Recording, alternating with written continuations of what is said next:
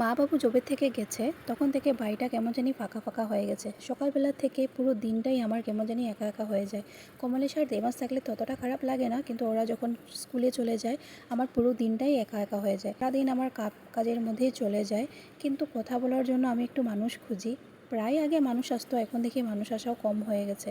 Actually মা নেই যে বাড়িতে, এই জন্য। সকালবেলা পোহা বানিয়েছিলাম আর গরম গরম চার সাথে এটা খেলাম, বেশ ভালোই লাগলো। আর কমলেশ আর দেবাংশ স্কুলে যাওয়ার পর আমি একটুকু বসিনি, সমস্ত কাজ করে ঠাকুর দিয়ে তারপর ব্রেকফাস্ট করতে আসলাম। তারপর এখন বাকি আছে শুধু রান্নাটা। তো আজকে সোমবার, ভাবছিলাম কি রান্না করি। তো হঠাৎ করে মনে পড়লো সেদিন একটা ফেসবুকে পিয়া একটা পোস্ট ছেড়েছিল, মানে আমার ফেসবুক ফ্রেন্ড। তো সে ভাতকলার একটা পিঠালি দিয়ে বড়া বানিয়েছিল। ভাতকলা তো এত আনে, আর ভাতকলা খেতে খেতে আমি একদম বিরক্ত হয়ে গেছি। মাছের সাথে, মাছের তেলের সাথে ভাজি, তো সব কিছুই ট্রাই করেছি, কিন্তু এটা একটু নতুন মনে হয়েছে, ভাবলাম এটাই ট্রাই করি। যখন থেকে ওর ভিডিওটা দেখেছি তখনই ঠিক করে রাখলাম একবার ভাতকলাটা বানাবোই। কিছু রেডি করে সোয়াবিন তরকারি আর ডালটা নামালাম, এখন যাচ্ছি দেবাংশকে আনতে।